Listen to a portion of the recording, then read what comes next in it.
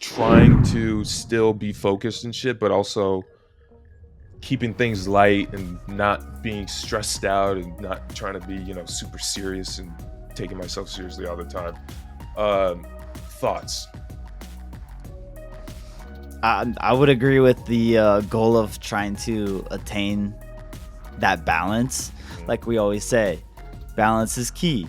So I gotta say, in school, at least, well, yeah, I mean, all the way through pretty much, like, I could flip the switch from being very serious and studious and get good grades, but at the same time, like, especially in high school, I graduated with a high GPA, took hard classes, did well, but I still had a lot of fun, and we still had a lot of fun, especially in our STEM classes with our squad, from going from studious to being goofy and vice versa. Yep. I think we pulled it off, bro. Yeah. And there's not too many kids I see do that, especially like peers, around us in high school. You didn't see too many kids or too many groups or friend groups go from like being super studious to like having a lot of fun and back and forth, switching that flipping that switch.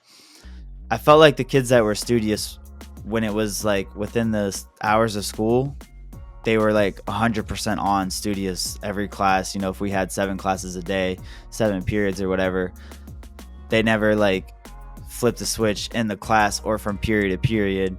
Maybe they flipped the switch like after school activities. So if they were in sports or band or whatever else, theater maybe. And then the kids who are goofy seem to be goofy all the time. Yeah.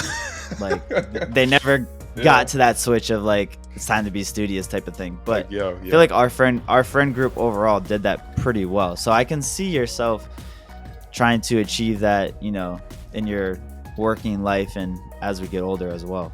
Yeah. I don't know, man. So last year when I was driving back from a trip, as you know, my car broke down. Worst possible time. From New Jersey, right? Yeah, from Jersey, driving back to Pitt. Yeah. Broke down in Philly. How long is that drive? Like six-ish. All right. Yeah, 6-ish. So like an hour in back. Broke down.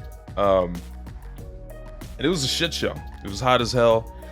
Was not happy. Had to get a rental drive back. Anyway, but in that situation, I was sitting in the car in the front seat, like, bro, this is. And then I just remember I just started laughing. Like I was pissed, but I just started laughing at the moment and how ridiculous it was.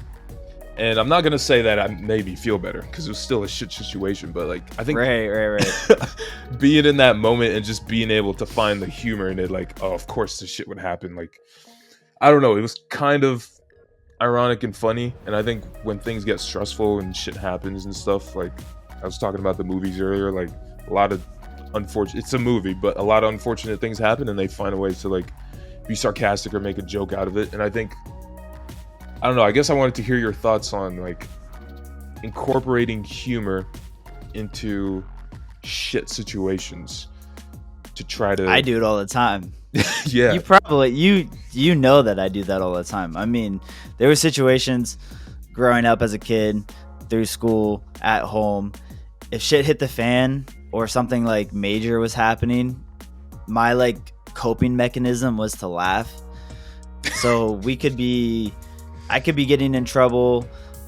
I know, what was that? Chemistry, 11th grade. I'm pretty sure the class got in trouble. Yep. And I just couldn't stop laughing, so I got in trouble more for laughing and was asked several times, why are you laughing? Is this funny? And I had no answer, but like, that's how I coped. That's my coping mechanism when something happens. And it's funny that you say that with your car too, because literally 2 weeks ago, you know this, but I was grocery shopping. 10 minutes later, came out of Kroger, walked up to my car. I saw that this car got sideswiped, and I thought it was my car. And then I literally like hit my keys to make sure it was my car, and it was. And the first thing I did was like my jaw dropped, and then I chuckled.